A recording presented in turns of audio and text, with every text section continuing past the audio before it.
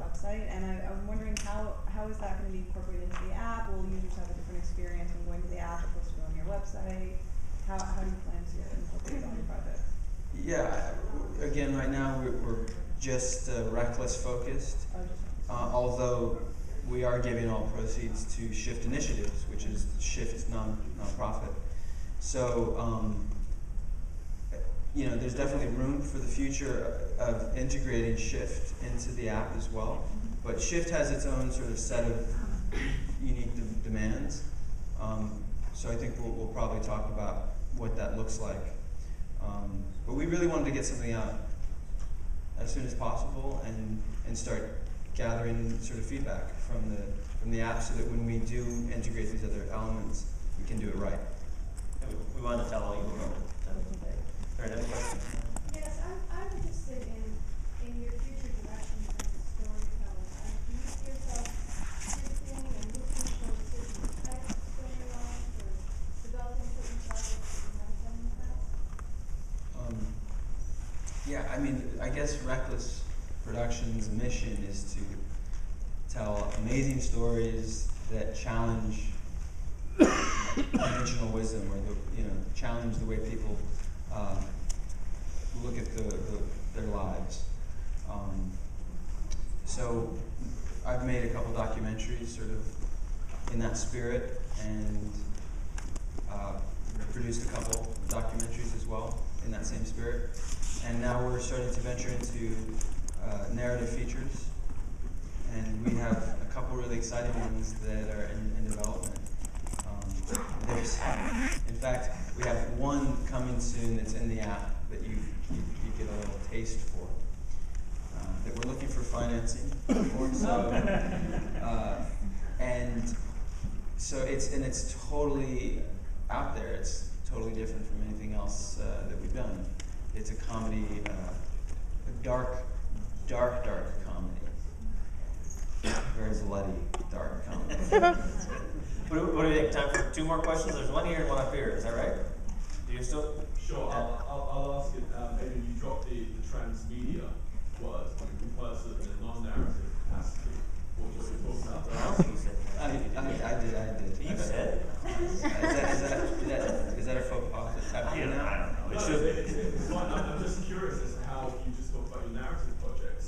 Is this something that you're thinking about from the ground up with the development, and how so? Absolutely. So, Family Slaycation is a project we've been developing. As I just mentioned, it's a comedy horror film about the family that slays together stays together. And it's really a very touchy, lighthearted piece underneath.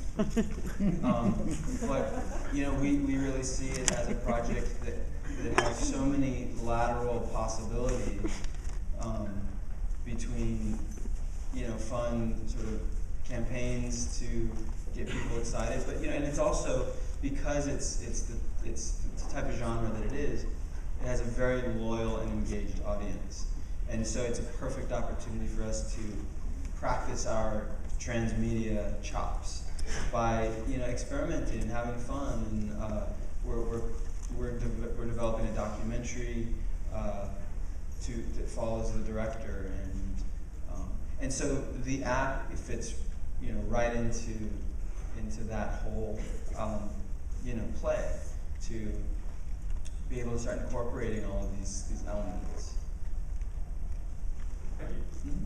So, Adrian, do you see the app as ultimately being something you would make available to other people, performers or entertainers or celebrities, as a tool that they would use, or do you see it as having some sort of a larger, more global or universal purpose or application?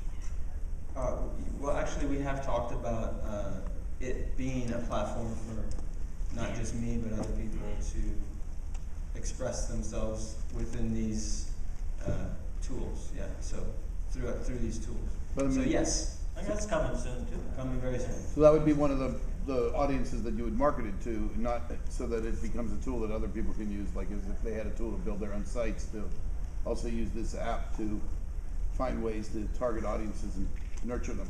Stay tuned, download the app, check the push notifications because more to come. Yeah. Great, well, I mean, this is good, thanks, everybody, for staying and hanging out. Another question? You did mention television. Television. What's that? What's it? Well, you mean as an actor? We do a lot of work in television and with independent television producers. Not that there are a lot in the U.S., but elsewhere in the world there are, and we work with them a lot.